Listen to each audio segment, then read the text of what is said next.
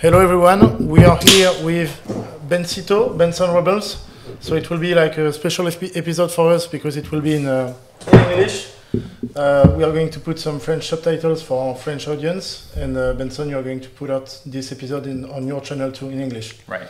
So we are going to make like a series of videos with Benson because he's in France for a few months. Couple months, yeah. Like maybe 2 months, and he's heading to Georgia at the end of this week. Yes. So he will leave for Georgia for 2 weeks. Yes. Yeah. To meet Toko there. Mm-hmm. Yes, for a training camp, so he will be able to meet Toko, to discover the Georgian country and the Georgian method in weightlifting. So I think we will make an episode when you come back to talk about what you thought about this experience. Yeah, very excited. Tbilisi is going to be crazy. Like the whole experience is crazy because it's just jumping into it, and I never met Toko. I don't know any Georgian. I'm kind of like, you know, nervous and like scared, but also at the same time very excited.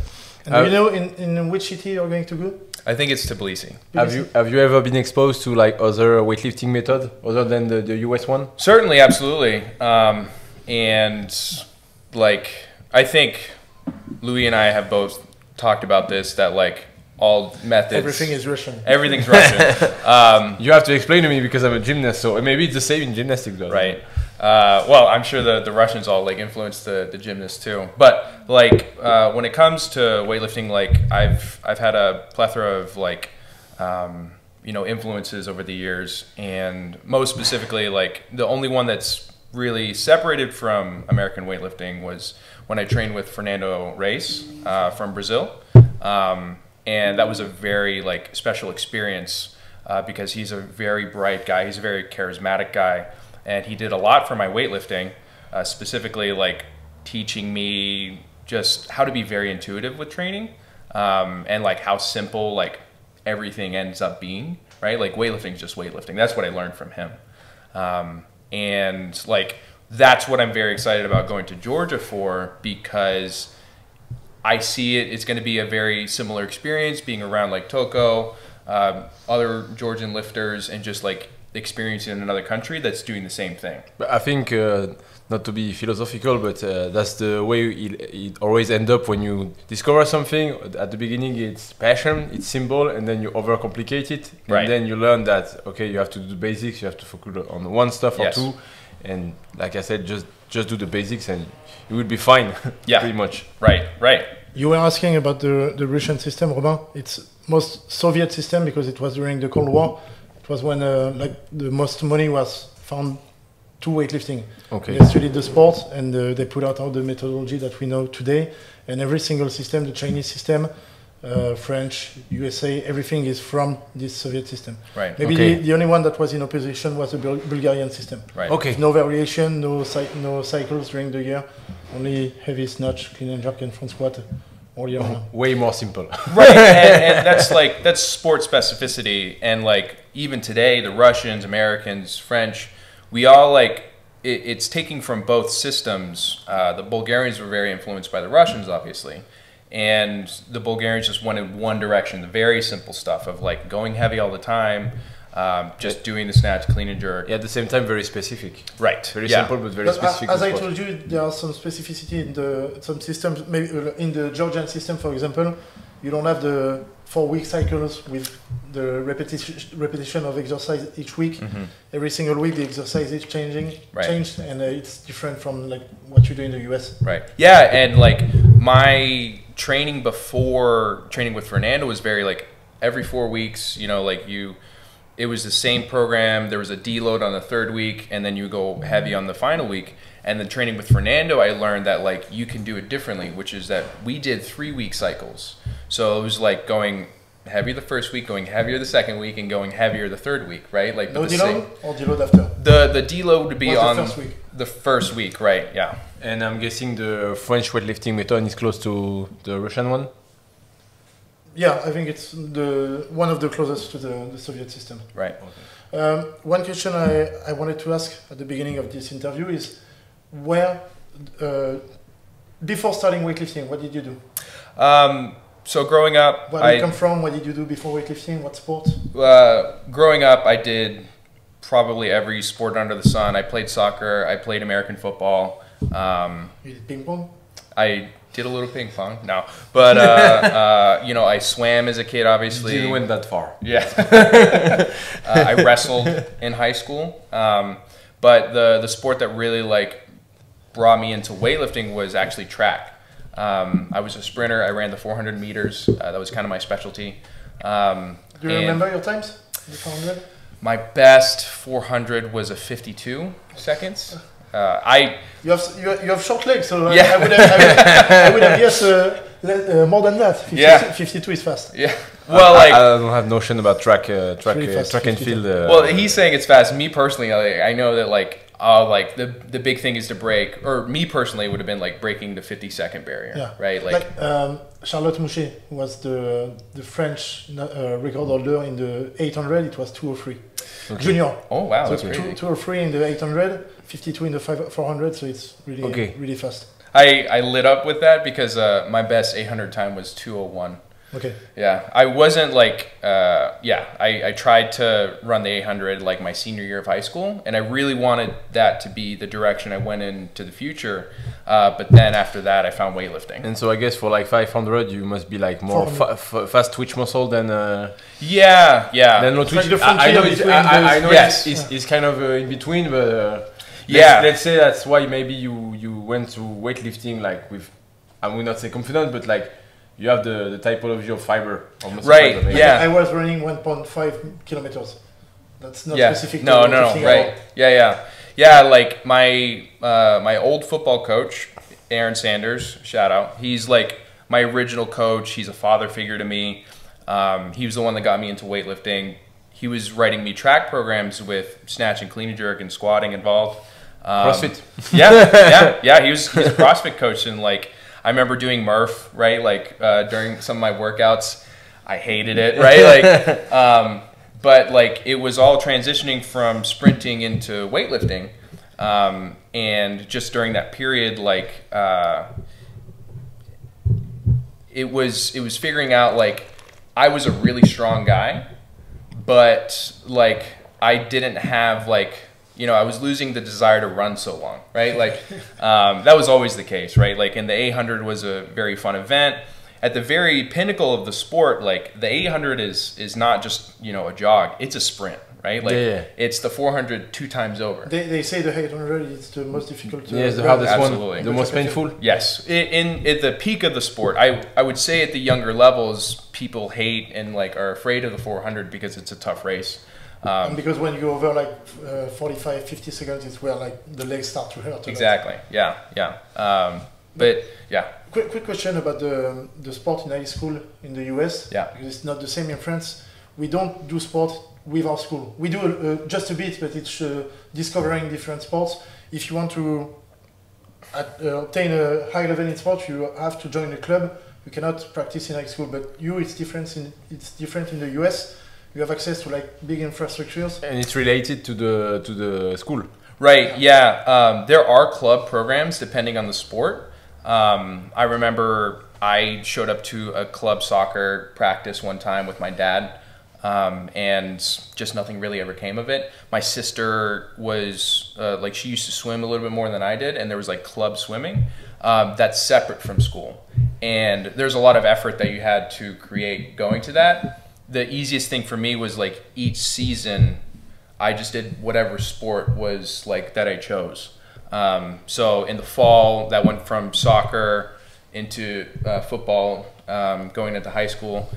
In the spring, I also played soccer. And then in the winter, first I used to play basketball, but then that turned into wrestling by the time I got into high school, because I wasn't as like, you know, finesse as the other guys with the basketball. So we discovered that when we were in the US with Robin, that you had some sports during the fall semester, right, some sport during the spring semester. It's not the same. And right, because we were not all year there. Yeah, for the first time we came there, we had just one semester where sometime we were pissed because like the sport we I went can to see watch. hockey, but not basketball. Yeah, that was like yeah. Just a quick bar. You guys both have been to North Carolina. Yeah. And you are from North Carolina, right? Yeah. I was born in California, but I grew up in Goldsboro, North Carolina, and Goldsboro's funny because That's Yeah. where your weed guy was from. Yes, that's right. So you guys, The weed guy was from his city.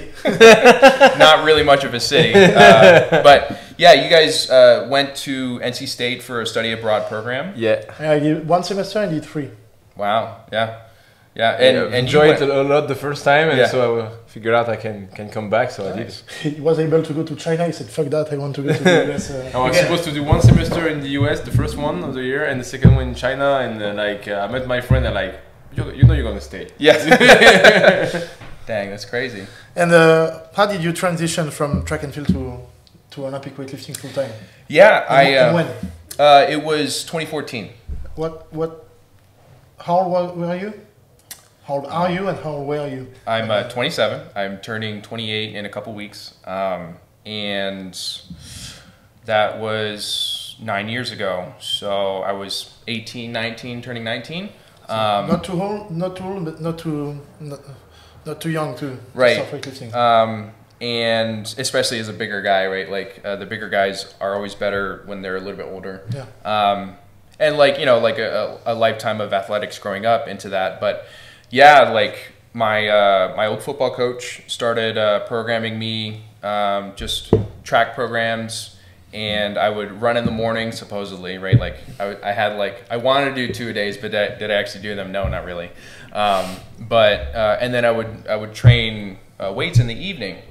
And so January of 2014, I was squatting. You know, I was doing the Spencer Arnold squat method. I don't know if you've seen it, but it's insane. It's 7 front squats 13. and 13 immediately after. And I ran that. 7, Front squat 13. and then back squat? You've heard of this method? No, never. They use it in CrossFit too, 7, 13. Yes. It's quite good because you build endurance to Yes. your legs. Yeah, and I remember I kept trying to run it like after that, and I started getting like stress headaches. It was like so much. Do you remember your numbers back then? Oh, that's a great question. I can tell you my first ever squat max. Coach Aaron Sanders says he remembers this, and it's insane that he does. But as a freshman in high school, so 14 years old, maybe 13. I squatted 200 pounds for my first back squat max. 90 kilos. Yes. Freedom units. What was yours? You remember? First back squat? I think I didn't try to max out. I was like, yeah, I don't want to die today. Yeah. So Yeah, that's what's so crazy about when you first started squatting. You're like, I hated squatting like growing up. Like it was because a nightmare. you feel your whole body is like fighting the weight. Everything's like, it feels like everything's coming in on you. Yeah. But And also you don't know how to resist. yes. Like today, when one of your strengths is your mobility, was it Yes. the same back then? No, certainly not. I remember we had this little device that was supposed to, we put on our thighs, and it was supposed to tell us whether or not we broke parallel. We should buy this for some people in Yeah. France. Yeah, but you know what's even funnier is nowadays, like Guy at the gym, you're like, yeah, come. Beep beep. nowadays, like I personally don't even think that most weightlifters should be squatting like to like, you know, full absolute ass to grass depth. You've seen Why so? I'm interesting. So like within the sport of weightlifting, the back squat. You've seen Marine Robu? Yes. This guy, he got like an ankle Really? injury, so if he goes down too much, he's going to shift on one leg. Yes. One knee Okay. cannot track You can forward. do the helicopter if you have the. So- bar. That's a great So he does like half squats. that's a Like great reason. someone like Ian with his limbs, he was doing like almost half squats when he was Right. his Yep. knees track so much forward that his hip crease never goes Okay. below the knee. Yeah. really. So like the more important squatting movement within weightlifting is the front squat, because like you clean in that position. I would say that like the back squat's very important positionally for snatch. And so like just personally when you're squatting heavy or like squatting for volume at all, I would say like don't go all the way down ass to grass. I think it's very important to learn early on, especially in 2014. I focused on that a lot. But as you progress, especially in the sport of weightlifting, it's more important to like be able to be strong within all ranges. And not just bounce and be weak in like. Yes. Yeah. So why not going like as to the grass, but with tempo? With tempo. Oh, you could do Yes. That's a like so. That's what you do. Right. You've seen the Benson squat. It's like really slow on the eccentric. I'm getting better at it. Not the one you did like 2 days ago. Yeah, always squat like this. Yeah. I saw. I was watching. You're watching. You're like, oh, that's tempo. It looked painful, for sure. Anyway, yeah. You've heard of French low bar? Yeah. That's like a ton of love. But have you seen it? Yeah. Heard of it is something. Watching it is another experience. What's his name? Human experience. You got plenty of guys that squat like this. Yeah. And I think the one you are thinking. Panache. Oh, this is not the worst. Yeah. He was like the first one to squat like with Good Morning style squat. But now some people they squat with the bar really lower than him. And it's he got caught up in his own game. Yeah. The guy are putting the bar in their lower back. Right. Yeah, and look at this position. You gotta show. The barbell is you gotta show on the screen. Triceps. Put someone on the spot. And it's funny because you see those guys they squat 300 kilos and more, right? But they don't have legs. You just have like huge glutes and the muscles in the back, but they don't have any legs. Huge traps, huge erectors. No quads. Yeah. And you've done a lot of different sports, and you've done weightlifting for like the vast majority of the time. Right. Have you ever been interested in or try CrossFit at all? Because like, sure. I think that's the sport who's like not in your case, but like it's the reason like so many people got interested in weightlifting the last 5 or 10 years. Yeah, I used to be an absolute huge CrossFit hater. When I came into the sport, I did go directly from track into weightlifting. Then you saw the CrossFit girls. There were more girls in CrossFit than in weightlifting. Well, not quite, but actually, like I said, like Coach Sanders, he was a CrossFit coach, and so he kept influencing. Like he was influenced by CrossFit. So him being the one to show me weightlifting, it was some track workout that I did with him one day, and he was just like, "You ever think about weightlifting, son?" And I was like, "No, I just care about track." But like he was sprinkling in like Murph, right? Like Spencer Arnold, right? Like that was 2014. That was the peak of like weightlifting to CrossFit, right? Like you guys were in North Carolina at that time, right? Like you went to gyms and saw the CrossFit model out in America. I think I didn't see any CrossFit gym when I was in the US. Oh really? Yeah, the gym in the university, Carmichael Gymnasium. Yeah, Carmichael was so big, and this is what influenced us to build a gym. What influenced me to build my gym is like guys who are doing like functional fitness, like strongman, weightlifting, like calisthenics, but not in the CrossFit way, in the sense of like not the culture of like strength and conditioning, stuff like this, with wall ball and stuff like this, double unders. Because we didn't know that in France, lifting weights would be just bodybuilding in France back then. Yeah. We didn't have strength and conditioning like building athletes thanks to the weights. And when we were in the US, we saw this. We saw like the volleyball team come to the gym, do some power cleans, some deadlift, some squats. And back then we were training for powerlifting. We were doing like Matco 5x5, strong lifts, those kinds of programs. And we were the only one in France in our gym to practice this way. But so CrossFit, like, was I ever interested? I think me personally, like, as much as of a CrossFit hater I really know that I wouldn't be into weightlifting if it weren't for CrossFit, right? Like, and you know, I started in my front yard on grass, on brick, with some 25-pound rubber bumpers and with like 45-pound iron plates.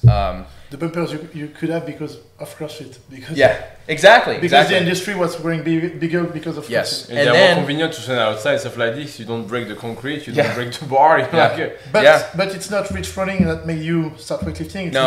It's the calf strength videos. Like Yeah, it was crazy. In 2014, like at the start of the year, I was watching the latest world championships from track, 400 meters, 800 meters, 200 meters.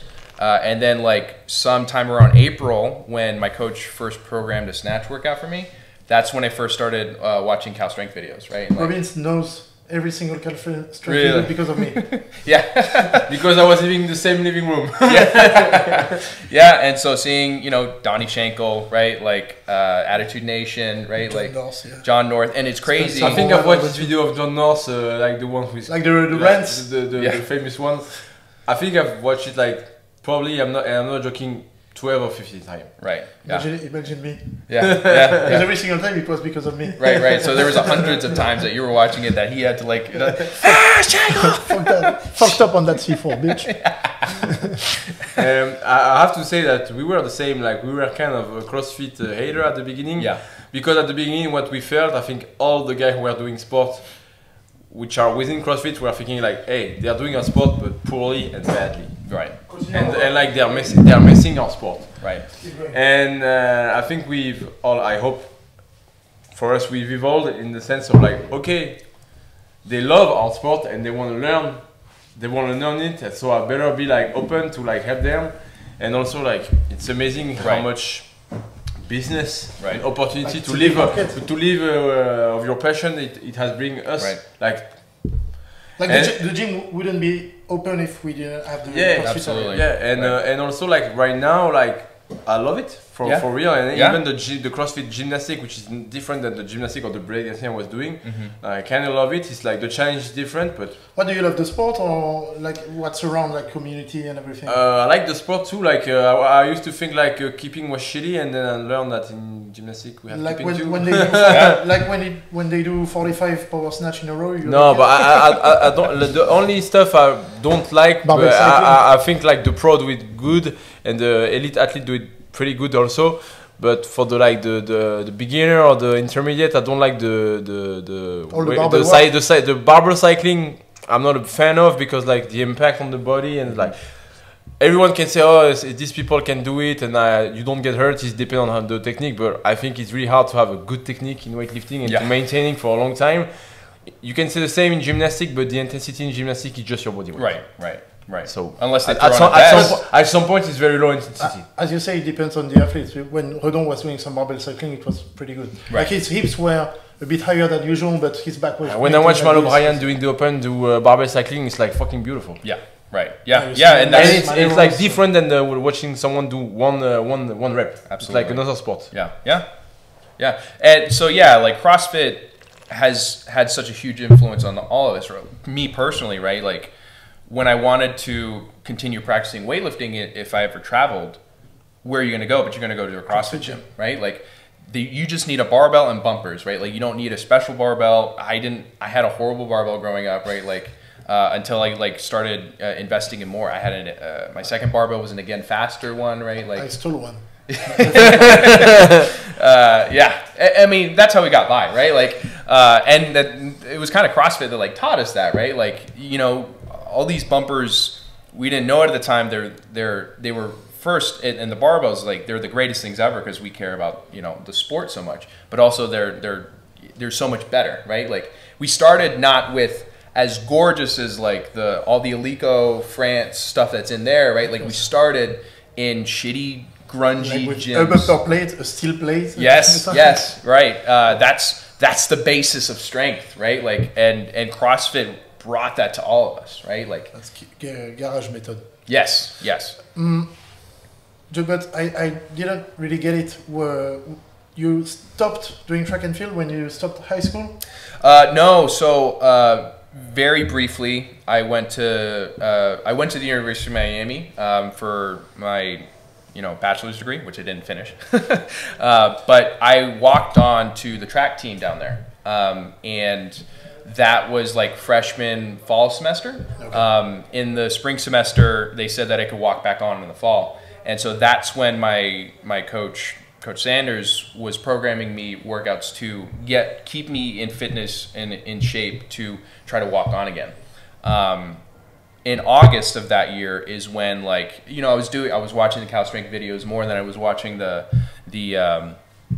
track videos, and then like they told me, it was like, you can't walk back on. I was like, tight. and I called Coach Sanders immediately after. He's like, all right, how are we going to get to nationals? And it was August 6th of 2014 that I was just like, I'm full-time weightlifting, you know? Okay. And when you started full-time weightlifting, it was with this coach? Yes, yes. He programmed for me for, I want to say, throughout the fall, and leading into my first... 2015? Yeah, I think, well, he stopped programming for me, I want to say, in 2015. Okay. And I did my first meet. It was the Jacked Classic. My Miami people will know what I'm talking about. It was the second Jacked Classic in Mater Academy, and I snatched 93. That was your first competition? My first competition, and I clean and jerked 112. I might have snatched 90 kilos, and I went for 93, and I missed it. And I definitely cleaned 120. So you didn't hit 200 pounds? I didn't, no. And yeah, it was just a fun meet. My friends came to watch, and Coach Sanders was still programming for me at the time. Around that time is when I started going to the local gym, which turned out to be a very good CrossFit gym and also a very good weightlifting gym, which was Team Soul Miami. Okay. They were very close to the gym, or very close to the school, University of Miami, but they Team Soul, like, you know, they're a very, like, I would say historic, but you know, that's not the term. They're a gym that's been around for a long time, and you know, they know what they're doing when it comes to CrossFit, and they know what they're doing with. They always put a premium on weightlifting. They're seasoned. Yes, yes. And it was like the first conversation I had with Alex Uslar, where I was just like, I was a massive CrossFit hater, and I was just like, I don't know about this whole CrossFit thing. He was like, listen, we're just Soul, right? Like, we're not CrossFit Soul. We have some really good CrossFitters. We have some strongmen. We have some powerlifters and weightlifters. And the coach was Lopez, right? Right. That's the name of the coach. So I didn't start with Luis Lopez when I first got there. He was still kind of an athlete, but also, like, I would say, like, in between, like, interning, he was, I think, within his graduate degree at FIU, Florida International University. And it was the conversation with Uslar that I was just like, I'm bought in. I'm going to go to Seoul. This is also a Miami local name, but like it was Camilo that was like this old Cuban guy that probably trained everybody within the Miami area. Like was it the Cuban method? So like Soviet method, but harder. Yes, with a lot of volume. It was very routine for us to start with front squats and end with back squats. Yeah, it was a little nutty, and only speak Spanish. So like my Spanish was not up to snuff at the time. Something that Danny, the gym owner, Danny Lopez Calleja, could describe was that there was a very interesting dynamic where there were two weightlifting coaches, and you were either on Danny's team or you were on Camilo's team. It was like West Side Barbell with the powerlifting. You had the morning shift, the night shift. Yes. One was coached by Luis Simons. Yeah, right. And the other one was coached by, I think it was Max Winning. Sure. Matt Winning, and they were like doing competitions in between the two teams, and like the competition were bringing everyone. Right, absolutely. And like Danny was, you know, big into CrossFit, so like a lot of the CrossFitters gravitated towards him, especially like the more, you know, English American speaking people, like because you're the one that doesn't speak English. Yeah. And then Camilo, like a lot of the people who wanted to be a part of the Cuban method, right? Like and also really wanted to dive completely into weightlifting, they gravitated towards him. I was a student without a car. I would bike to the gym sometimes, or would try to bum rides to CrossFit Seoul, and I was kind of in between both worlds. You were still a student back then. Yes. And I also had a gym that I was essentially paying for on campus with my tuition, right? Like a free gym. So like because the gyms in the US are more expensive than in France, right? Yes. Like if you go to SoCal today. Wait, it's a big gym. It's one of the most beautiful weightlifting gym in the country. But what's the price to train there? That's a great question. It would be like $250. Sure, it wouldn't shock me. I especially as the bills adds up, right? Like everybody has like you know, 24-hour option, right? Like to, you know, free access, but that doesn't include programming. You know, programming could be another $100 on top of that, right? Like It's not the same here in France. yeah. Robert talks a lot about this in our podcast. Yeah. Saying that the opportunity in France is not as big as in the US because there are less money in the sport right now. Right. Maybe it's going to evolve, but if you are a CrossFit gym in France and you charge $100 Yeah. euros for full access, it's Well, like expensive. part of the most expensive gym in France, Right. except Paris, because like Paris, of course, because it's the capital, Right. the rent and stuff like this is way Yeah. higher. So Yeah. But for us, it's like around 100 euros. Well, and so like that also depends. Like SoCal is in a huge like metropolitan area. Miami Yeah, is it's in a, California too. So. Miami is also in a huge metropolitan area. Like those places are very expensive. If you go into small town North Carolina, you're going to be talking about the same prices. Yeah, because basically Los Angeles is not the US capital, but it's Yes. bigger than Paris. So. Yes, yeah. But like Goldsboro, I would say that like it would be $100 to go to CrossFit Bohica, right? Like, yeah, you're gonna have to pay another X amount of dollars for programming, but you know, it's the same kind of like. what differ from here also is like the fact that you pay for this and then you add up, like you add cost. We don't Like, have any upsells in Yeah. Yeah. You don't have Yeah. upsells. Yeah. Like it's like okay, you pay for one stuff and you got everything. You got kind of the programming, you get the Right. not the personal coaching, but like Here, it's a here bundle. most, yeah. It's a bundle of a lot of stuff Right. for I would say a cheap price. Right. Compared Right. to Yeah. what you can do if like we say okay, I say you just the access to the gym. Then if you want like follow all the courses or just the weightlifting courses, this if you want the gym courses, the CrossFit courses, and then if you want to add programmation on top of it or like nutrition program. Yeah. I think yeah. That's the way we should run Right, it like absolutely. this. But it's Marin, who works with us, he didn't get to go to the US with us, but he stayed more than 1 year in Sweden. It was a bit of the same in Sweden. Everyone was paying for personal coaching. Right. We were paying for nutrition coaching and like every single person in Sweden that he met were paying like 200, 300 euros every single month for their sport. Right. In France, it's not the same. Yeah. Yeah. And like you saw this, we are like CrossFit gym, like Right. But in France, most of the weightlifting gyms they are not private. Right. They are like an association, Right. public association, and you pay like 100 euro for 1 full year. Of training. Right. Yeah. Like, and I think what's really disappointing within the States is that doesn't exist. I would say like. Yeah, but because there is money that's put by the people. The gyms are bigger. Right. The sport is bigger in France. Yeah. You go to competition, it's shitty because there is no money in competition. that's People don't want to pay 5 euros to come that's to I think the whole competition. discussion, and that's like I think it's complicated between like We are capitalists. left and right.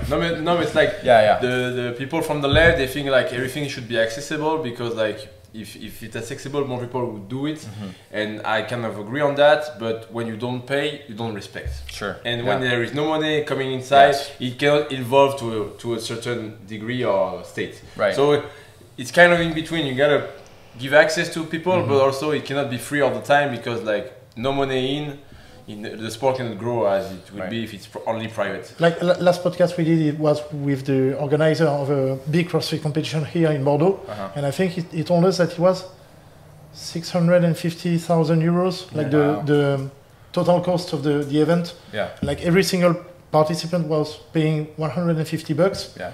It was 1,000 participants. 1,500, something like So the competition was wonderful, like the biggest stadium here in Bordeaux, and we couldn't do the same for weightlifting, and the sport is staying small because there is no money involved. Yeah. I think the only like real comparison within the States back in the day where people would go work out, you know, be healthy was like the YMCA. That was as public as like, you know, I'm sure, or, you know, the public places that you're describing. And a lot of weightlifting started in those places where it was just like, or a lot of weightlifters, American weightlifters started, you know, they had a couple of barbells and bumper plates at the local YMCA. And I just think that like, you know, things transitioned over time where it was just, obviously within the States, like it's so much more private. Most businesses are so much more private than they are in the past. And like, that's where the CrossFit model, like, you know, was created.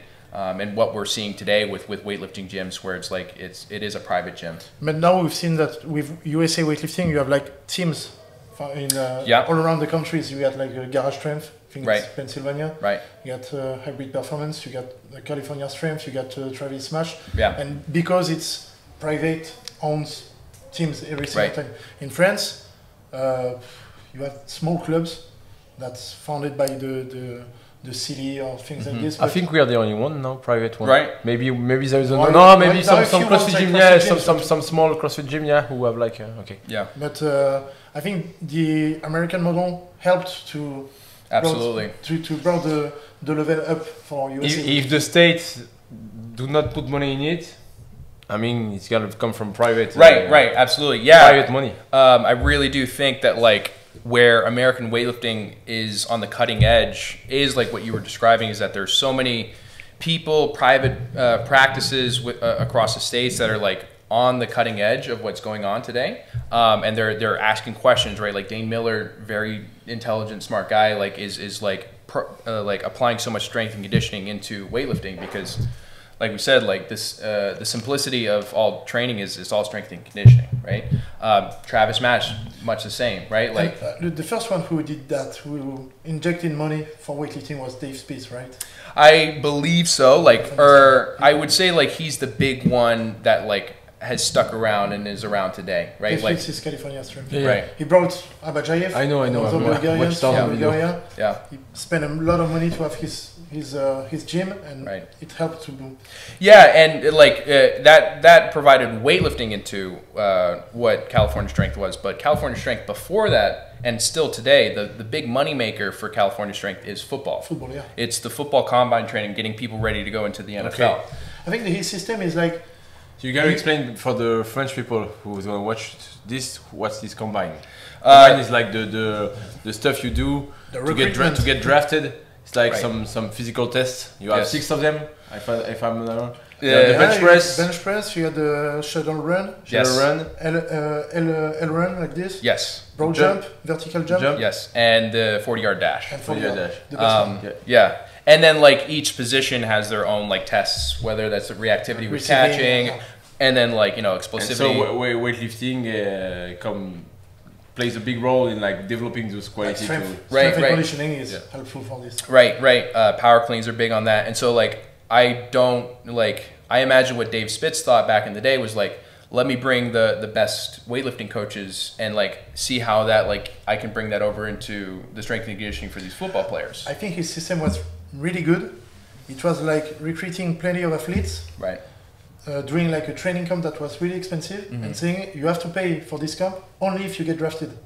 Sure. Because if you get drafted, you have big money. Like just signing a contract, you have the money to pay for a training camp. And maybe if he got like 20 athletes that come, only 3 of them are going to get drafted, but the 3 of them paying for the camp, it's going to make some money for all because he put an expensive price, so like he can cover the price of all of the other ones who didn't get drafted. And you got really good athletes because they know that they have to pay nothing or to pay but get drafted. So. Yeah. So he, I can't even, I haven't looked into the history of Cal Strength, but that sounds like exactly like how it would have been rolled out, where it was just like, like I'm sure he loved and cared about football, and it was just like, how can I want to bring in the best, right? Like we want to see the best weightlifting there is. And I think he just applied that football model into weightlifting. Brought who's the best coach in weightlifting? Well, back then it was Abajayev, right? Like, and then who's the best within American weightlifting? Well, he brought over Glenn Penley, and then that brought in like that attracted the best weightlifters. And then the team: Donnie Schenkel, John North, Benson Robles, Kevin Cornell. Right? Just so many names that we know from the videos that like Glenn Penley was just nuts to just sit there and film so much, right? Like, and that's where the insanity of Donnie Schenkel and John North. Right now, it's very normal to like film your whole training session, even when you're not that good or just a beginner, like to have like your phone over there and filming every set. Yeah. But back then it was something very different. Then, like 5 videos on YouTube of Iron Man and that's it. Yes. Yeah. And it's then it's so crazy how those things splinter off. So like Cal Strength's been around for a long time, right? But right when Glenn Penley was no longer with Cal Strength, he decided to start up MDUSA. MDUSA, yeah. And MDUSA like was involved with you know, Travis Match was brought in as a coach. God, I can't believe Coach Wilkes, sorry, Kane's father, Coach we call him. You're trained with Kane. Yes, yeah. Kane was a part of MDUSA. Sean Rigsby was a part of MDUSA. Taylor Harris was a part of MDUSA. Big team too, big team. Huge team. And it was like when I first started back in 2014, that when I was talking to my coach, Coach Sanders, that like, oh, you know, trying to get into nationals, this was 2015, you know, after I'd done a couple of meets, you know, I guess the dream would be to be a part of one of these teams, right? Like whether that's Cal Strength, whether that's MDUSA. You know, a year later, MDUSA like goes defunct for, you know, business reasons, right? Like, but Cal Strength is still around, right? They had like the business side too. Oh, huge. Like they used to sell like equipment. Yes, actually, my first when those 25 bumpers of mine fell apart, the first thing I went to buy was, you know, 45-pound bumper plates, like a whole set of 45-pound, 25, and 10s bumpers from MDUSA. They say Penley on it, and Coach Sanders still has them. But like that, it was MDUSA was like Rogue. I wouldn't say before Rogue, but they were competitors where they were seeing the CrossFit model explode, right? And like we got to cash in. We got to start selling bumper plates. We got to sell barbells. We got to sell medicine balls. We got to sell ropes, right? Like all that stuff. That's what MDUSA provided, and because of that, like, and because the man at the top, there's another person, but like one of the men at the top was Glenn Penley. He was like, I want to provide for a team. I have the name of the other one. Yeah. I forget it too. He's amongst my people. He's a name that you spit after because he's not he wasn't. He just mismanaged their money. So. Yeah, it was seeing those private teams, and around that time as well, like the Olympic Training Center in the States for weightlifting was still open. So there was a residency that you can go to as a part of Colorado Springs to like just train for weightlifting. The best of the best got to go there, and you know it was a dream to be a part of that. But then 2016 is when they decided to. Is it Brad Hess? Brad Hess, yeah. They shut down in 2016. Yes, and like. I think now, like since 2016, along with what we were talking about, like private gyms are the most important part of American weightlifting.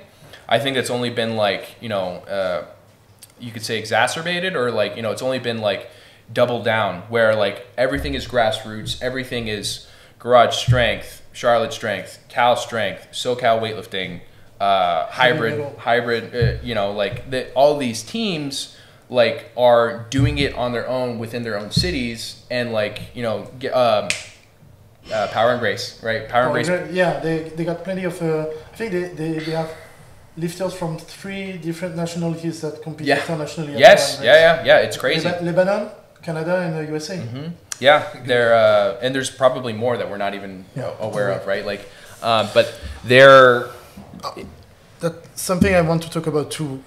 In USA weightlifting, I think the USA weightlifting did a great job to include those private gyms into the system, because here in France, if I got 2 athletes that compete at Europeans, I will not be able to coach them.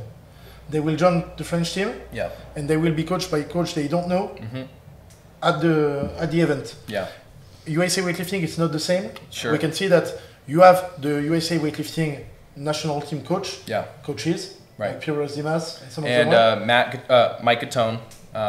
But if you come like from Garage Strength, you will be coached by those guys and Dave Miller at the competition. Right. I think this system is very good because it's better for the coach, better for the athletes, and better for the federation. But the only downside is you have to pay more money to have those people to come. And you have some exchange between the coaches.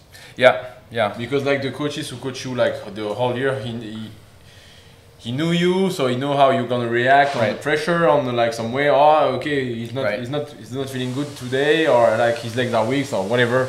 So and it makes sense like for performance. Right. Yeah. It's funny because like you describe all that, and that's all true. Where like USA weightlifting has always understood how important personal coaches are, but in practice, like even recently, like there's been, you know, all these American coaches are now coaching like people from different nationalities. Travis Match trained a ton of like the Danish lifters for a long time, right? Like, you know, these internet coaches like explode. Spencer Arnold coaching the Canadians.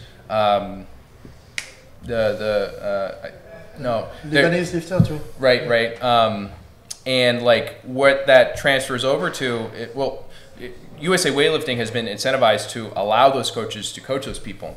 But now, as of late, we've been like trying to define like, or they have been trying to define like who gets to get paid, or like who has their travel paid for, and like when they go to these competitions. The latest controversy is that like youth athletes don't get to have their personal coaches come with them to youth events, and I believe also that like youth athletes have to pay their way to go to international events. But quick question, I don't know if you know, if the coach pays for his trip, goes to the competition, like he goes to Mexico for a competition, will he be able to coach the athletes?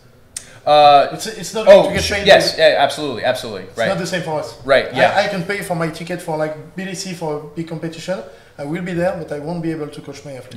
Yeah. It's like something that's a part of what's great about the American model, is that like we're actually defining those kinds of things. But like if you were to do all that, very unfortunately, you can't coach Redon at Worlds, right? Like, which is insane, right? Like, because you're here every day, you get to see him.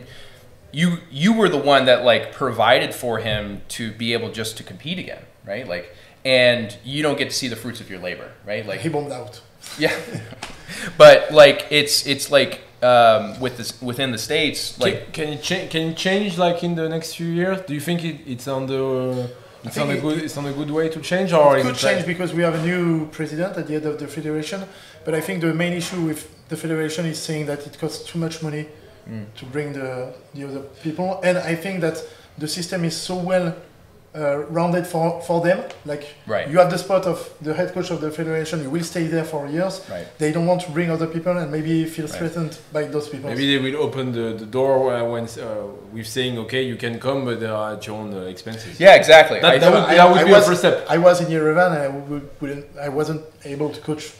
Yeah, but I would say like maybe in the next few years they would be more open to it, like saying, okay, if you pay for your expenses, you can come and coach. I think the main thing that can move the stuff to is if we have like a Lasha or a very good, like Benjamin would have been able to say, I want him to coach me, and they would have said, well, you're the best, so we have to agree with you. Right, exactly. If he said, I don't compete, my coach is coming with me, they would have said, okay, your coach is absolutely. Yeah, that's the type of power that like, or the dynamic that has to happen. I agree with Robin. I think the best direction that you're going to be able to go is like continually like where, if there's a new president, where on them to say like, I've got the money, I'm going to be there, right? Like, allow me to coach my athlete, right? Like, and it will depend on like the athlete to allow like, or to seek out their own personal coach, right? Like to really pressure, the federation to allow that to happen.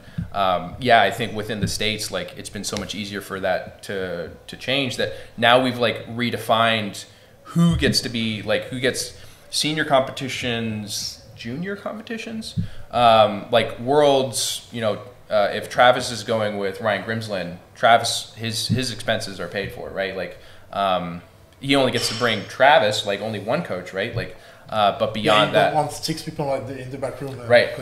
But then the other people are going to be Catone, who's already going to be there, Piros Dimas, who are already going to be there, right? Like, they're within the same people within the federation that's like always going to be at those events, right? Like, and everybody wants Piros Dimas in their back, like screaming at them, like, hold it.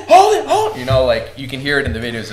It's great. But if you have Piros and your coach, it's better. Yes, absolutely, right? Like you have Piros Dimas is very legit, and I don't know about the French coast. I think some are legit too. Like it's Dabaya, it's second place at the Olympic Games. It's quite legit for a French. Those are really good weightlifters, and they're going to be really good for the day of. But it's also like why isn't Louis with Redon, in Saudi Arabia, right? Like, yeah, but it's not really on the D-Day, because Redon came to the D-Day, he was not in shape because the 2 weeks of preparation with Team France was too hard for him, because he's so tall, he's 33, and when he got back to Team France, they said you are going to train with the rest of the team, and he cannot train as much of them. Right. His knees are not going to allow him to train this much. Yeah. His CNS too. Yeah. So he he needs to be able to train differently.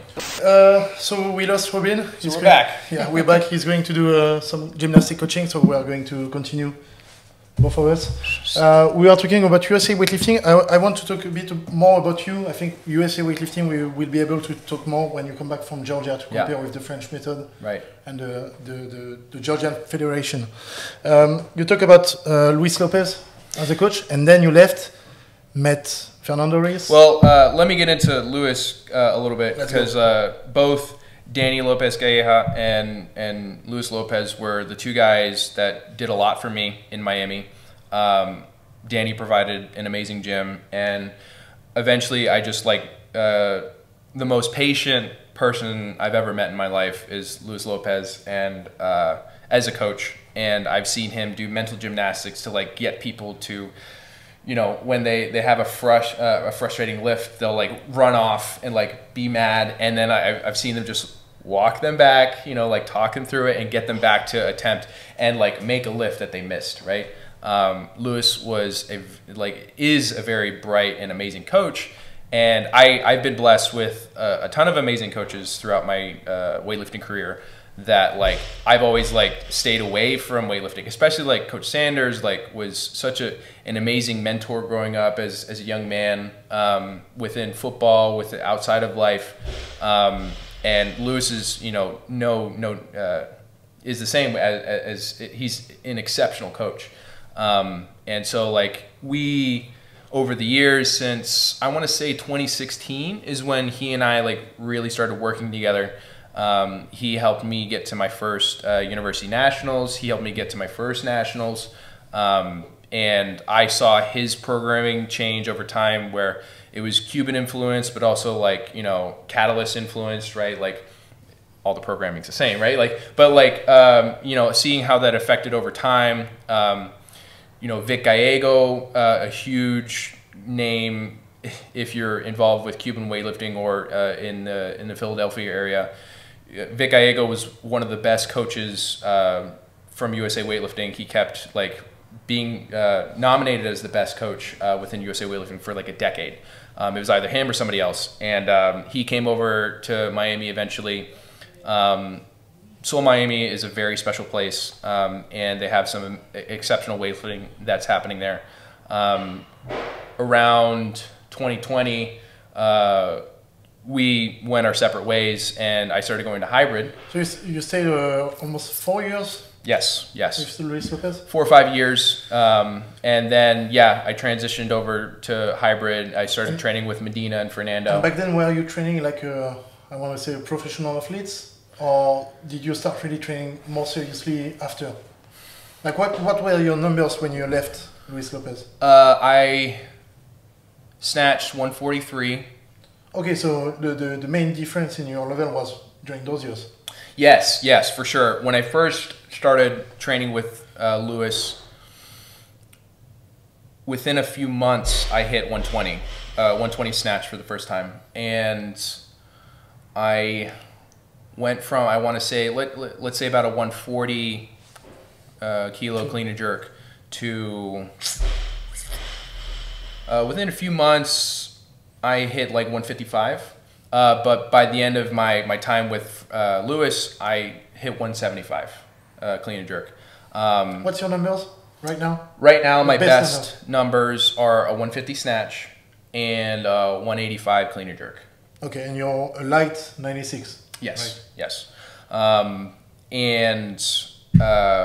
After 2020, I want to say, into, was it 20? Yeah, it was 2020 is when I started going over to hybrid.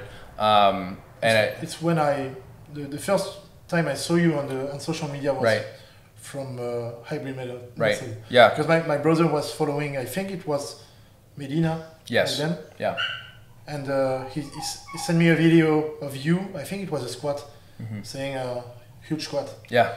Because you're not the strongest squatter in the world. Yeah. But my brother wouldn't send to me a Chinese guy, Korean, Soviet, because he knows that they are juicing. So he used to send to me people from France, maybe Spain, the US. Saying we can compare ourselves to those guys because they're not juicing and what's really funny is that my squat really I was a bad squatter, and it was training under Vic Gallego and Lewis that like really transformed my squat, where by the time I left Seoul, my best was a 215 front squat and a 240, 245 back squat. Have you beaten those numbers? Yes, yes. Oh, no, not the front squat. Front squat 215 is still your max, yeah? Yeah, I hit 215 recently back in April, I want to say. And it was much better than the first time I hit it years ago. But my back squat has progressed a little bit over the past few years. But as you said, you don't need to push your squat so much. Your squat is already quite big. Yes, yeah. And honestly, like I was just like Vic's program, Lewis's program. They were both like we squatted like 4 times a week. I would definitely like do maybe 3 times a week. I would try to sneak in volume from like other sessions that I would skip. And I was so hard-headed during that period that like I was a pretty slow squatter at the time because I was so focused on like making the squats and just over time like I got very strong doing that. And then you developed speed after. Yes, I've learned so much more like within the sport of weightlifting how much speed like I was squatting as slow as a powerlifter at the time whether I understood that or not. Toko, the Georgian guy, he gets all his programming inspired from Asanidze, the national coach. Yeah. And if you're not a good squatter, if you're a good squatter, you squat 3 times a week. If you're not a good squatter, you're going to squat 5 or 6 times a week. Yeah. And it works pretty well for people I have at the gym. Right. More long-limbed lifters Yes. that had some troubles. I used to make them squat like 3 times and use a lot of assistance work. Try to work on the legs and not so much the hip extension, more knee extension. Toko said, "Oh, you don't need all this. You need to squat every day." Yeah. That's it. Yeah. And it worked. Yeah, and like you have to transition away from that eventually, right? Like The knees are going to say, Yes. the knees and the back are going to say, "Fuck you." Yeah. After a few months doing this, yeah. Yeah, you have to like figure out like, you know, we're changing our bodies all the time, and like being able to respond to that is so important. So like the way that I was training with Lewis and Vic is not how I need to be training now, especially with the squat. There are some pieces like right now I'm doing 6s, right? Like You do high volume in squat. currently. I've seen you do some high volume. Like Sure. my weightlifters, they really hardly go over 5 reps, even off season. Yeah. Right now, off season is triples at. It was for 1 month plenty of triples at 80%, 1 month plenty of triples at 85%, and the next month is going to be like waves and stuff like this. But even off season, they are not going to do sets of 5. Or they have like 3 sessions in 3 months, going 5 sets of 7. Unbroken squats, like constant tension, and that's it. That's it. Yeah. No, and I agree. Like I was doing 8s. I want to say just about 2 months ago, and I'm not going to touch those for months now. It's right? good for hypertrophy, but it's not specific to. Yes. Yeah. It makes you slow, I think. Yeah, it does. It does. And we can't be slow. Like come competition time, we can't be slow, right? Like so. Yeah. I transitioned away from Seoul and I moved over to hybrid because there were some really strong weightlifters at the time. It was actually a visit to Charlotte that I was really influenced by Sean Rigsby. It was the best lifters in the East Coast back then. Yeah, I mean with Medina Fernando, eventually Hunter came along. There were the two Brazilian chicks. I love them to death, Monique and Eileen. They were around. Celia came by. And hybrid at that time within the 2020-2022 period, I don't know what it was. It was very organic. It was very natural, which I'm still thankful I was a part of. That like we just had some serious weightlifters that just wanted to do it, you know, and that's, you know, it exposed me to people like your brother Pierre, that like people saw that there was this nice gym with a ton of cool, strong weightlifters and cool cameras too. Cool cameras and then cool, strong powerlifters. Who was the first with the good camera? I would say it was Medina. He had bought a Sony Alpha 6500. Now everyone got some. Yes. Now everyone have this kind of camera, but back then it was like the only we can see in Instagram in weightlifting with this kind of a photographic image. It was a few people. And like that definitely boosted my exposure at the time because COVID 2020, everybody they were either training at home, so they weren't using the best cameras. Like, what's the point? But we were in a very social media gym, and it was Medina that if I was lifting, we would share a barbell, the three of us, Fernando, Medina, and I, and he would have the camera on us, and he was filming you, you were filming him. Absolutely, and that exploded my reach during that time because people were lifting heavy, but it was the ones that were being social about it, right? Something that I learned from Fernando was posting was so it's so insane that a 2-time Olympian. This is a paid athlete from the Brazilian Federation to compete in weightlifting. He's sponsored by a gas company, which is big in South America. It's really funny. But it was insane to see both Medina and Hunter and Fernando. These are really strong, really passionate people, and they are grinding on the social media game, right? We were putting out. So I learned from them that you had to put out lifts just to show what you were doing. And because it's one of the only way to win money in weightlifting. Yes, if you're not top 10 in the world. Absolutely. So I learned a little bit of the social media game from them. And it was from them, from Medina, just having the camera and knowing how to press the red button that then you figure out how to transfer over from the SD card onto your phone and then post that, right? And along with that, I'm learning from one of the best, literally the strongest man from the Americas of all time, right? Fernando Reyes, really smart guy, really passionate, really lucky. The only one that outsnatched him in America was Pat Mendes in training, maybe? In training, right, yeah. That's it. And then he went... But Fernando's clean and jerk is way over. Yes, yeah. And he was so close to getting an Olympic medal, He's fifth at the Rio Olympics, as he described a few times. If you wanted to look at, nowadays we can only send one person per country. The two people that beat him were two Georgians. Yeah, Lasha and the other one, I don't have his name, but I see. And then who is the other people that medaled in the super heavyweight? The two Armenians. So if you take out the two, Armenians and the second Armenian, the second Georgian, Fernando would have gotten bronze, right? In the new system, he would have been third, yeah. Yes, yeah. And within this last Olympics in Tokyo, knowing Fernando's numbers and how ready he was, I really saw that he could have gotten a silver medal from it. But yeah, and yeah, I love Fernando. He's an amazing guy. Great mentor within weightlifting. He was your coach? He wasn't my coach. That was something that I learned from Fernando, that he functioned as a coach completely. But he's my friend. He's my training partner. Your coach doesn't train on the same barbell as you. And what an amazing experience that three guys, we called it the 20 kilogram rule. Medina had, and he had 20 kilos on you, and Fernando had to beat Medina with 20 kilos. And for 8 months, man, it was the greatest training camp I was ever a part of, right? Because, yeah, we were just Who was coaching you back then? It was Fernando, right? The program was from Fernando. The program was Fernando, but the reason why I wouldn't call him a coach is because, outside of one competition, the online nationals from 2020. It was shitty. Yes.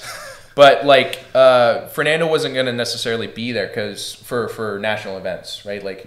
And that's because his Olympics mattered so much more than, our nationals.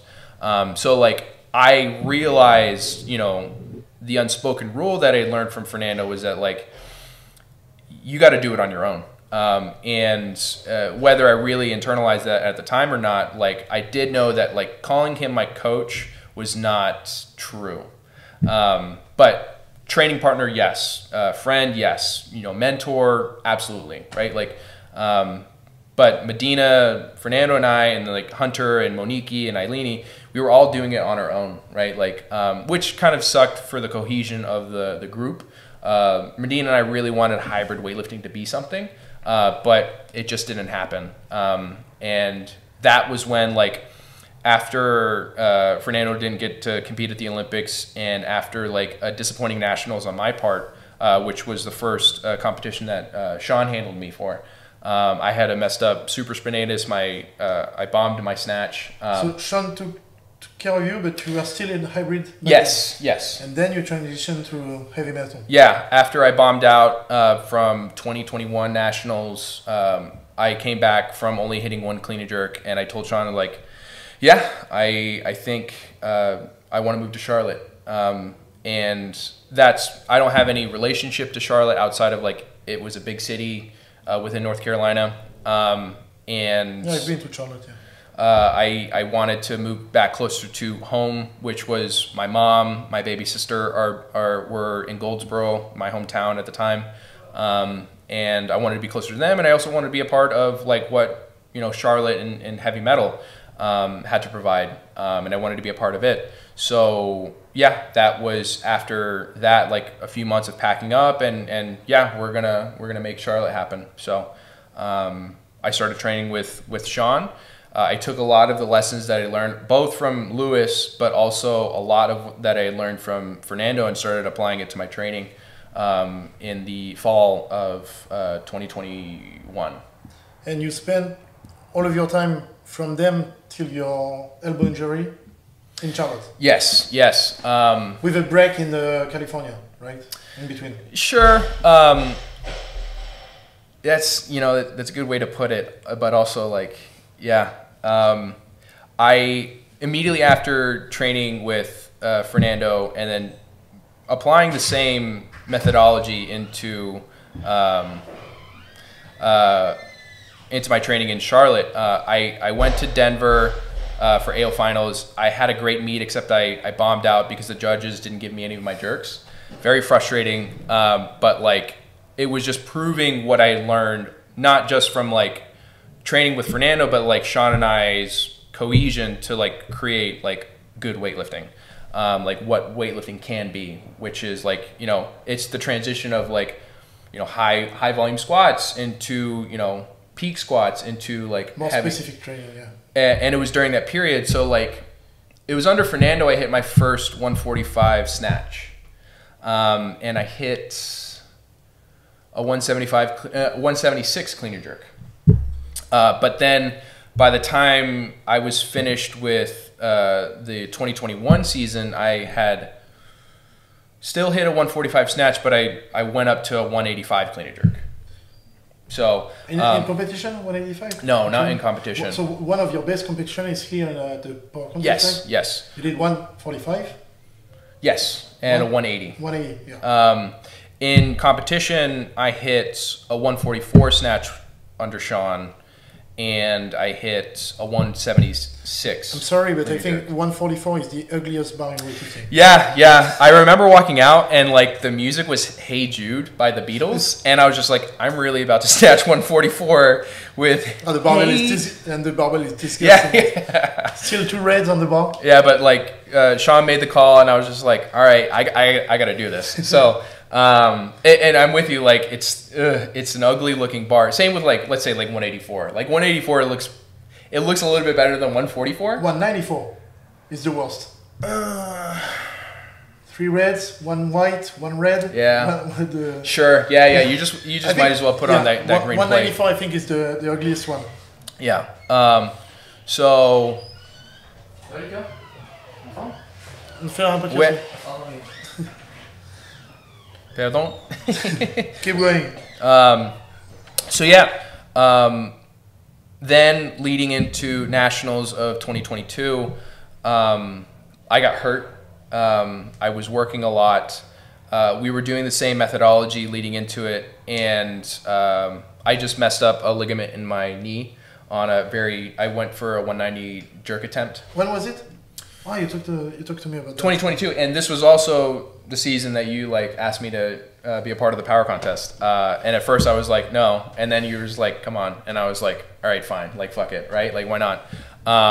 And Sean was also, like, in agreement. He's like, yeah, fuck it, why not? So it was a month of lifting heavy, and during that period was when I first hit my 150 snatch.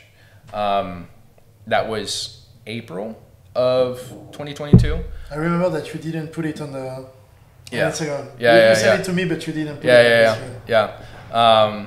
And then a month out from Las Vegas, I had hurt my knee. Going into Vegas, I still ended up with a snatch medal, a silver, but I had a very disappointing clean and jerk session. And it was only, 2 months after that I came out to the power contest and I hit my best numbers, which was 145 and 180, which was incredibly frustrating because I was just in a transitionary, like I was kind of off season, right? Like I think for with 1 or 2 kilos more in the total, you would have placed second. Oh, for sure. It was like Redon Manouchi first. Yeah. The second one, it was Banks or the Swiss lifter? I think it was Banks. Yeah. So another lifter from Team France, and the third one was Swiss lifter. Yannick Chan. Yeah. Who I think he did 147 at the last Europeans. Yes. Yeah. We filmed his competition. He bombed out in the clean and jerk because his first attempt was a PR. Yeah. But you were competing against 3 international lifters. Yeah, and you almost beat 2 of them. Yeah, and like also like as we described, like the whole point of the power contest, it wasn't necessarily to win, but like I told you like before, 145, 180, like that was all that was on my mind to make happen, and we did just that. And what was cool was Benjamin Hennequin was your coach. And like a part of like Fernando handling me and Sean handling me, Lewis handling me, and then all of a sudden like I have another amazing athlete in Benjamin Heineken to handle me in the back. Benjamin doesn't speak any English, but like there's something very special about weightlifters like handling each other that like we just know what's going on. Yeah, right? you can feel that he knows what's in your head at this moment because he went through this too. I remember I missed my second snatch and like you went up. I went for 137, 138 for my first. I went 143. I missed 143, and then it was just like I got it. And Benjamin was he had his hands on my back and just like I don't think we said anything, but he was just like it was the energy of like we're gonna get this done because I believed in it, and also he believed in me. I put the video of the 145 in the podcast. And silver medalist from France, from Paris 2011 Worlds, and it's crazy that like if you just like go to these places, you meet people that like I've seen videos of Benjamin Heineken for years. I've seen videos of Fernando race for years, right? Like, then you meet them and you live with them, and they're my friends. So hopefully going to Georgia, like outside of meeting Toko, right? Like which is gonna be cool and amazing. Like hopefully I meet some Georgians that like get to hang out with a cool American guy. But yeah, then. I hope so. I met Lasha a few times when I'm going to Georgia, so I think you will be able to do the same. Right. Before wrapping up this episode, just so you've been training for like around the past 2 years with in Charlotte with Sean. Heavy metal. You helped like almost dislocated your elbow in April. April, so. From April to now, you've stopped a bit with lifting. You've been training, but not as seriously. You're just going back. Yeah, after the elbow, like I was just kind of like faced with what had happened. It has kept happening over the past few years, which is like leading up to a big meet. I've wanted to be a professional weightlifter for a while now, and like at certain times I might have said that, but also at the same time I didn't really feel it. Within my soul that like, I'm not earning money off of like doing this really. And like, I keep pouring so much time into weightlifting and I keep getting hurt. And like when the big meet is supposed to happen, I'm not ready to go. So like I was about 10 or 8 weeks out from this past nationals in Colorado Springs when I almost dislocated my elbow. Not really almost like, but there was a nasty pop. And a quite like you tear something on the, like the classic. Right. You're hyperextended and then you feel pain for 6 months. Yeah. And I just had to question everything. Like, what am I doing this for? Do I want to keep doing this? Right. Like, and I stopped training for maybe like 6 weeks, I reanalyzed everything. And within the past 8 weeks, I've been getting back into training. I've been only training 4 days a week. And you hit 140, 170 for the first time last week. Been very, taking it very carefully, being very smart with my training. All the lessons that I learned from Sean, Fernando, Lewis, right? Like I've been applying. Many friends, like my buddy Jordan Wigger, like and my buddy Tynan O'Connor, they both helped me a lot with like figuring out how to fix this, my elbow, my arm specifically. And after that, it was just like applying that into weightlifting, doing some bodybuilding to get back into the swing of things. And now like I'm about to do a 2-week camp in Georgia, right? Like the elbow is what brought you to take the decision to come to France and absolutely. to Georgia. Yes, absolutely. And here I am. Like first, the idea was I want to be in France for 2 months, right? Like, and then the opportunity was either I go to Georgia right now or I go to Georgia in October, or both, right? Like, but like the big decision earlier this week was just like, all right, I want to make Georgia happen now. And I think you'll be the first American weightlifter to have this kind of experience. Yeah, very excited for that. And like, again, like I said earlier, like I don't speak a lick of Georgian outside of maybe, you know. No one speaks Georgian outside of Georgia. Yeah, except you cannot get any single word when they talk. Yeah. Because they share their language with no other country in the world. Right, yeah. And their alphabet is just their alphabet. Yeah, it's nerve-wracking. I'm in a group chat with a bunch of French people that like some of them will speak English. Right, and that English is going to be limited, so like it's going to be a lot of Google Translate, right? Like, but I'm also excited because like I did an 8-month training camp with Fernando at Hybrid, and now I'm going to do a 2-week camp in Georgia. Athletes are athletes, like. Weightlifting is weightlifting. Strength and conditioning is strength and conditioning. Like, I don't see this as like anything different than like what I'm used to, right? Like, you know, what I'm going to learn from the Georgians is only going to spice up and enlighten me into different methodologies that's like separate from mine, right? Like, yeah, as an athlete, it will be interesting for you, but for you to become a coach too, sure, it will be a yeah, great experience. Yeah, it's only going to expand further on like what I've learned from Lewis, from Fernando, from Sean. That like big toolbox to use. Whatever you want for like depending on the situation of the athletes. Even this past week, like I've had my program that I've been following. I've been programming for myself for the past 2 months, and like based on like what I hit last Friday, 140, 170. I was asking you like, all right, here's some exercises that I can do different from my program that is applying to like my person, my organism right now. And that's been super helpful, right? Like we did Piro snatches on Monday. Maybe when you'll get, because I know you want to follow your program, maybe when you get to Georgia, you will take the decision to follow the Georgia. Yeah. I mean, it would be really cool if like take it easy at the beginning because it's quite hard. Yeah. It's going to be really hard because I'm going to try to compete very well at the power contest. I know that like what's going to show up isn't going to be my best, but I can definitely hit previous bests, right? Like if I'm patient, and like that also means that like not going heavy the entire time while I'm out in Georgia. But it's not percentage based in Georgia. Yeah. It's not auto-regulation, RP. It's coach regulation. Okay. It's going to say you're going to do triple in the squat at 180. It's going to say 205 in the next one. You're going to do triple. It's going to say, so it's low today, so go up to 215, do a double, and that's it. Gotcha. And the next day, you're going to squat, and it's going to say, oh, it's fast today, so go up. And you're not going to have to choose your weights because the coaches that will be there, so Toko, maybe the junior coach will be there, the junior team. They are going to choose the weights for you. Cool, nice. Yeah, I'm excited. Not much more to say than that. Yeah, I think in next episode we will talk about this experience you'll have for 2 weeks. We'll talk a bit about your experience in California too. Yeah. Maybe like because we are interested in business as gym business owner with Robin, and you've seen a gym like SoCal weightlifting with Onyx.